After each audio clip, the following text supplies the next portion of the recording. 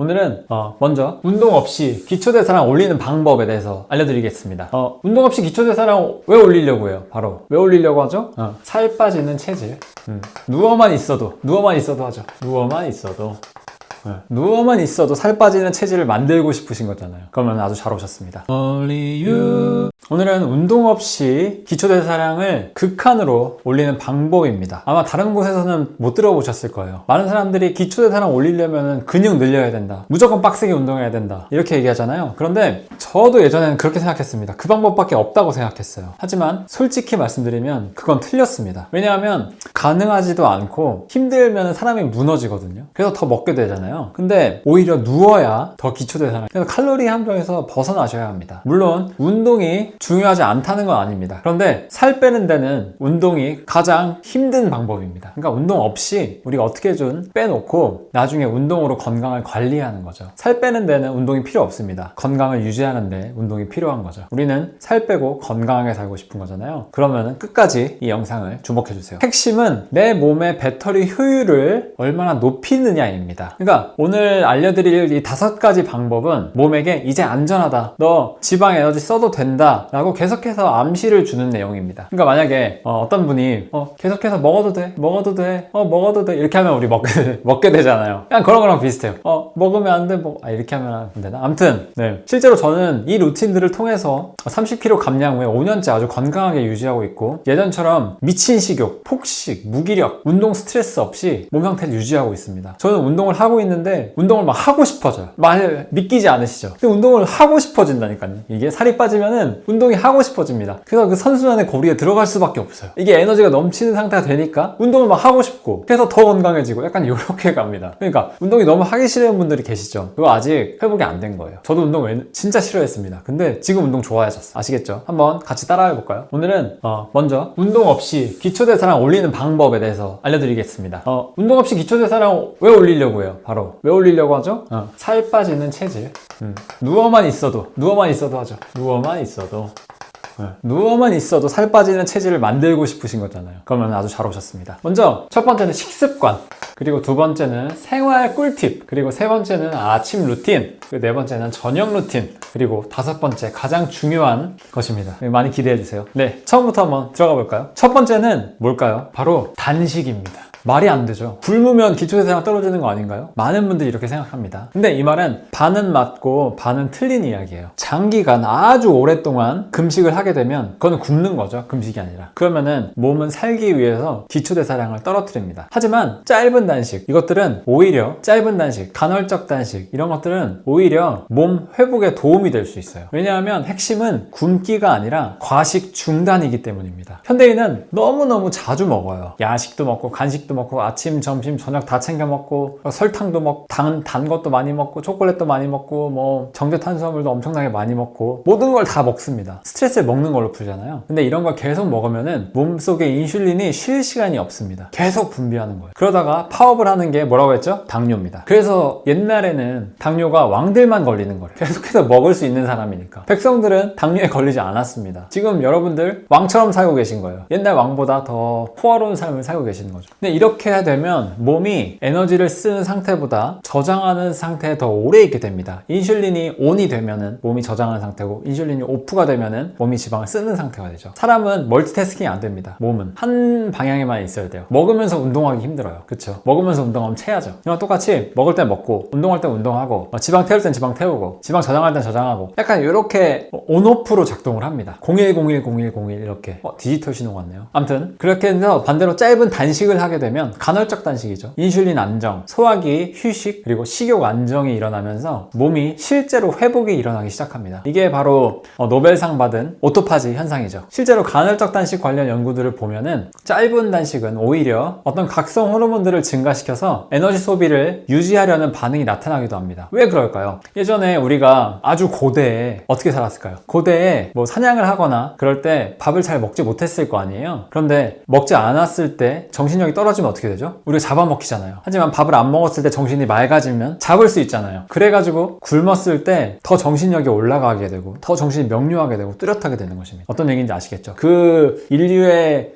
예전부터의 습관이 우리 유전자에 들어간 거죠. 각인된 것입니다. 그래서 단식을 했을 때 훨씬 더 눈이 맑아지고 초롱초롱해지는 거죠. 근데 여기에 굉장히 중요한 함정이 있습니다. 바로 여성분들은 남성과 다르게 생리 주기에 따라 인슐린 민감도, 식욕, 스트레스 반응, 에너지 대사가 계속해서 몸이 변하게 됩니다. 그래서 남자처럼 매일 똑같이 16대 8 단식을 하게 되면 오히려 폭식, 생리불순, 무기력, 수면 문제, 콜레스테롤 증가로 인한 뱃살 증가로 이어지는 경우가 굉장히 많습니다. 사실 안타까운 얘기지만 보통의 간헐적 단식이나 연구들을 보면은 보통 서양 남성 중심의 연구들이 많이 있습니다. 이것들을 바로 여성들에게 적용하기에는 굉장히 무리가 있고 요즘에는 특히 여성분들에 관한 연구가 이루어지고 있어서 그거를 지금 최신 연구들을 따왔습니다. 그래서 특히 30대, 50대인 여성분들은 이미 스트레스, 수면 부족, 그리고 저칼로리 식단 경험이 많아서 무리한 단식이 오히려 기초대사량을 더 낮추는 방향으로 갈 수 있어요. 그래서 여성분들은 생리주기에 맞춰서 단식 강도를 조절하는 게 굉장히 중요합니다. 그래서 오늘 여기서 한번 설명드릴게요. 여성의 주기는 크게 4단계로 나눌 수 있습니다. 먼저 생리기, 2번 난포기, 3번 배란기, 4번 황체기. 네. 여성분들이라도 이 용어들이 좀 익숙하지 않으실 수도 있는데 한번 자세히 설명드릴게요. 그리고 단식이 잘 되는 시기와 절대 무리하면 안 되는 시기가 아예 다릅니다. 한번 같이 들어보세요. 먼저 생리기입니다. 이때 생리 시작부터 5일까지 생리기라고 합니다. 그래서 이 시기에는 몸의 회복에 굉장히 집중해야 되는 시기예요. 굉장히 힘든 시기죠. 철분도 빠지고 에너지 소모도 굉장히 큽니다. 그래서 이때는 무리한 단식을 절대 금지해야 됩니다. 추천은 하루 일상 지내는 것, 그리고 야식 먹지 않는 것, 그래서 한 12시간 정도, 잠자면 한 10시간에서 12시간 정도 금식할 수 있잖아요. 이 정도의 금식을 추천드립니다. 사실 금식이 아니죠. 그냥 먹는 거를 잠깐 멈추는 거죠. 이 정도가 좋습니다. 그리고 중요한 건 단백질, 철분, 그다음에 좋은 지방, 수분 이런 것들을 충분히 공급해야 됩니다. 특히 이 시기에는 몸이 따뜻해야 돼요. 그래서 사우나, 족욕, 따뜻한 음식 이런 것들도 굉장히 도움이 많이 됩니다.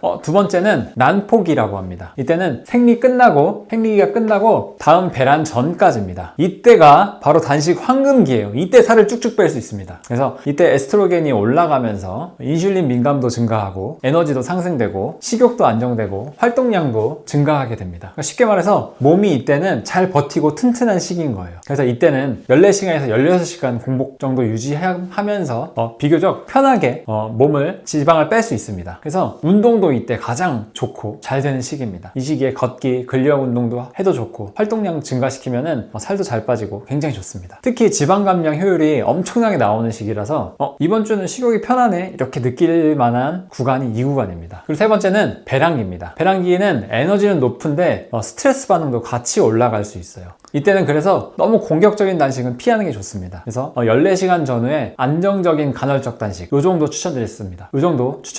그리고 이때는 수면이 좀 약간 불규칙해지시는 분들도 계세요. 그래서 카페인도 좀 줄여주시고 고강도 운동도 좀 줄여주시면 훨씬 더 편하게 생활할 수 있으실 거예요. 이때 과하게 들어가면은 오히려 몸이 좀 예민해질 수 있습니다. 그리고 황체기가 있습니다. 네 번째, 황체기. 이때가 진짜 중요합니다. 많은 여성분들이 이 시기에 다이어트가 망해요. 왜냐하면 프로게스테론이 증가하게 됩니다. 그럼 어떻게 되냐? 체온이 올라가고 식욕이 증가하고 단 거 막 너무 땡기고 인슐린 민감도가 감소합니다. 그러니까 쉽게 설명드릴게요. 30초만 들어보세요. 이 시기에 몸은 혹시 임신할 수도 있으니까 에너지를 좀 비축해두자, 약간 이런 스타일의 몸이 됩니다. 그래서 빵이나 초콜릿, 과자, 단 음식이 엄청나게 땡기는 시기이기도 하죠. 근데 이게 의지의 문제가 아니라 그냥 몸 반응이고 호르몬 반응일 수밖에 없는 거예요. 우리는 호르몬의 노예입니다. 끌려갈 수밖에 없어요. 그래서 망했다 하고 이때 더 굶어버려요. 이게 진짜 최악입니다. 요걸 피하셔야 돼요. 이때는 적당히 먹어주는 게 훨씬 더 좋습니다. 이때는 단식을 좀 줄여야 돼요. 그래서 이때도 아까 처음에 말씀드린 것처럼 10시간 정도의 공복을 추천드립니다. 그래서 좋은 지방, 단백질, 충분한 영양 요것들을 늘리는 게 좋습니다. 나쁜 거를 줄이고 좋은 거를 많이 먹는 게 중요합니다. 그래서 이 시기에 올리브유, 견과류, 계란, 생선 이런 것들 있잖아요. 따뜻한 음식 이런 것들을 먹는 게 도움이 되는 경우가 굉장히 많더라고요. 네, 그래서 여성분들은 언제 중요하다고 했죠? 요때 10시간 정도, 요때 14시간, 16시간, 황금기, 요때도 14시간, 요때 10시간.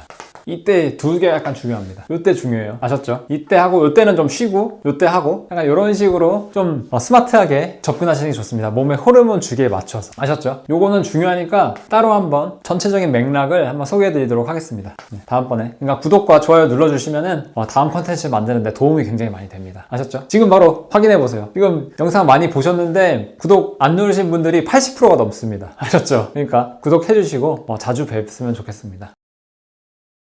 Only you. 이제 다음 넘어가 볼게요. 2번 지우고 2번 생활 꿀팁인데 이거는 사우나입니다. 왜? 사우나가 많은 분들이 사우나 하면 살 빠진다고 좋아하시죠. 그리고 뭐 식혜 먹습니다. 그러면 안 돼요. 식혜 먹으면 안 됩니다. 사실 가끔 한 잔은 괜찮은데 너무 자주 드시면 안 되고. 근데 사우나 후에 빠지는 체중은 보통 체수분입니다. 물 마시면 다시 바로 돌아오죠. 근데 여기서 제일 중요한 거는 사우나 체중 빠지는 게 아니라 몸의 회복입니다. 사우나가 좋은 이유는 몸의 코어를 따뜻하게 만들어주기 때문인데 기초대사량이 낮은 분들의 특징이 뭔지 아세요? 몸이 차갑습니다. 손발 차갑고 움직이기 싫고 축 처지고 무기력하고. 왜냐하면은 몸이 에너지 저장 모드에 들어가 있기 때문이죠. 근데 사우나를 하면은 혈액순환이 증가되고 심박수 올라가고 체온이 상승되고 긴장은 완화됩니다. 이런 일이 일어나죠. 그래서 실제 연구에서도 사우나는 심박수를 올리고 가벼운 유산소 운동과 비슷한 생리 반응을 만들어낼 수 있다고 합니다. 특히 제가 좀 좋아하는 브라이언 존슨 같은 경우도 하루에 20분씩 꼭 건식 사우나를 한다고 해요. 그래야지 몸의 코어의 온도를 높여줘서 몸이 훨씬 더 혈액순환이 잘 일어나서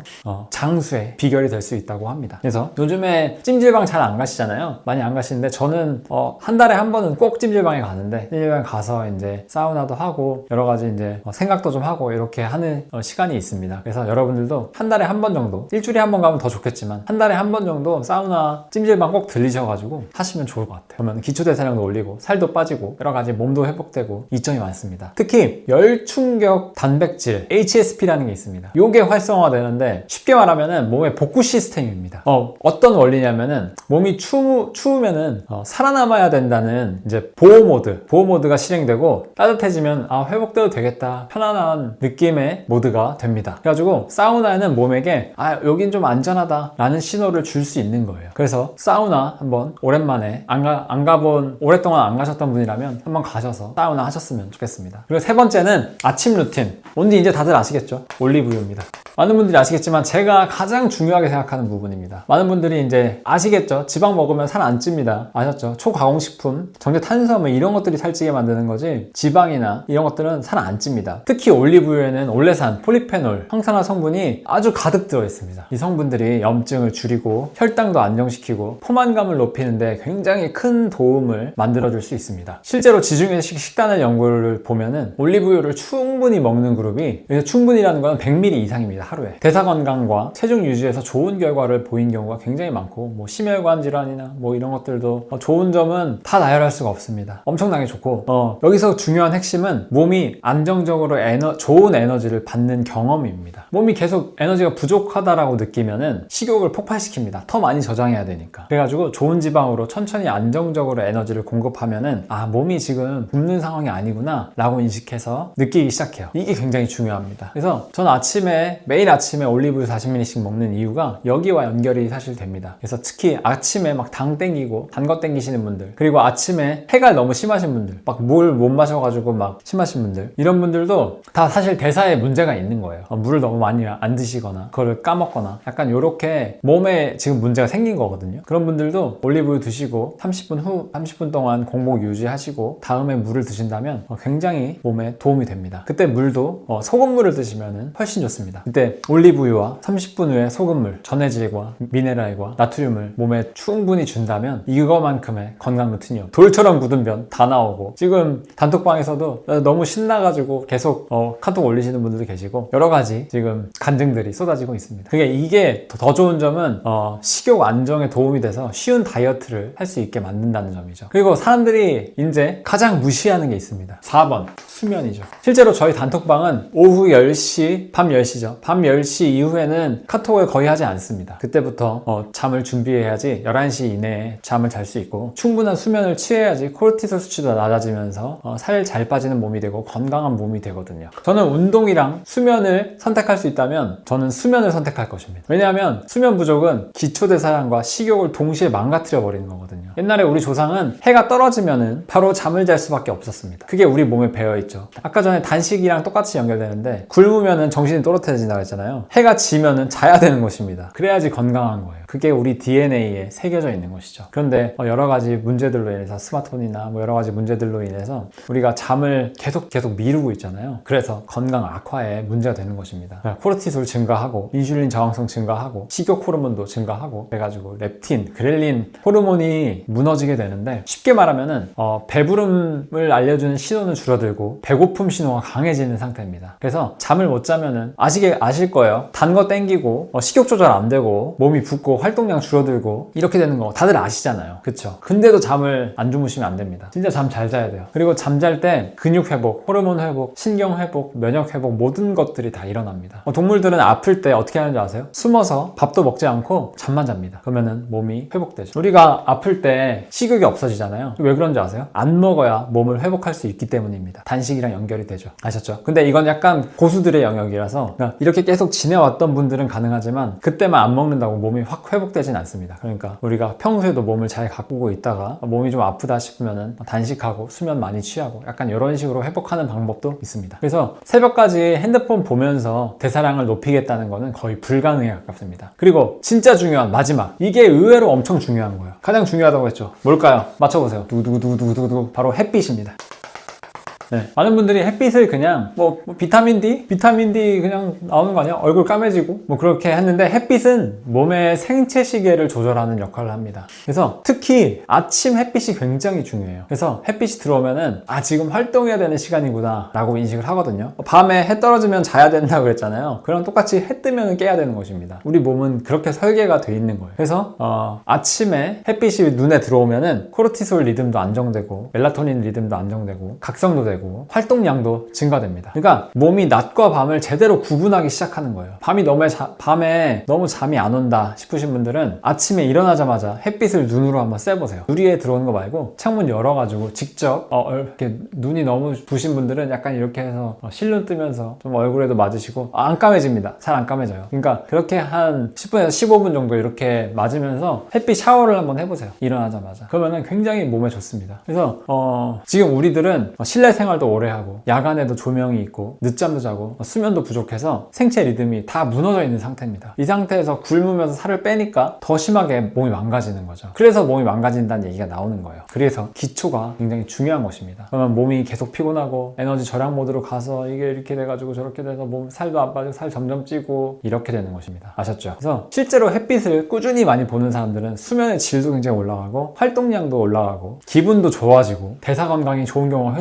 훨씬 많습니다. 실제로 저는 아침에 이제 걸어서 출근하는데 한 30분 정도 걷거든요. 아침에 걸어서 출근을 하는데 그때 햇빛을 굉장히 많이 받으려고 노력합니다. 걸어가면서 햇빛 받으면서 좋은 생각도 많이 하고 오늘 어떻게 할지 이런 생각도 하고 하면서 좀 일찍 나와서 걸어갑니다. 굉장히 좋은 습관인 것 같아요. 그래서 아침에 햇빛 보면서 걷는 것만으로도 햇빛 보면서 출근하는 것만으로도 몸 상태가 생각보다 굉장히 많이 달라질 수 있습니다. 그래서 이런 것도 한번 지금까지 햇빛을 피해 다녔다면 한번 직접적으로 맞아보는 것도 좋습니다. 선크림 발라셔도 돼요. 선크림 발라도 괜찮습니다. 그러니까 눈으로 한번 보시고 햇빛도 한번 마주해 보시고 이렇게 하면은 굉장히 좋을 것 같아요. Only you. 오늘 한번 정리해 볼게요. 기초대사량은 억지로 끌어올리는 게 아닙니다. 몸이 안전하다라고 느껴야지 기초대사량이 올라가는 거죠. 핵심은 짧은 단식으로 과식을 줄이고 사우나로 회복을 돕고 좋은 지방을 공급하고 수면 회복하고 햇빛으로 생체 리듬을 서카디안 리듬을 맞추는 것, 이게 포인트입니다. 그래서 핵심은 짧은 단식으로 과식을 줄이고 사우나로 회복을 돕고 좋은 지방을 공급하고 플러스 소금물,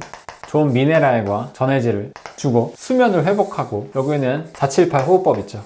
478 호흡법도 하시면서 수면을 회복하고 그 다음에 햇빛으로 생체 리듬을 맞추는 것, 가장 기본적인 것들을 지켜줬을 때 우리 몸은 안전하다고 느끼고 기초대사량을 올리고 원래의 몸 상태로 돌아가는 것입니다. 사실 살을 빼는 게 아니에요. 건강해지면 살은 빠집니다. 아셨죠? 여러분의 몸은 지금 망가진 상태가 아니에요. 살려고 버티고 있는 상태입니다. 그래서 지금 필요한 거는 몸을 더 괴롭히는 게 아니라 몸이 회복할 수 있는 환경을 만들어주는 것입니다. 실제로 제가 아침에 올리브유 단식, 햇빛 루틴, 식욕 안정 루틴으로 30kg 감량 후에 지금 5년째 아주 건강하게 유지하고 있는 방법 자세히 알고 싶으시다면 고정 댓글에 남겨두겠습니다. 그 영상 참고하시면 더 쉽게 건강해지실 수 있을 거예요. 감사합니다. 올리오였습니다.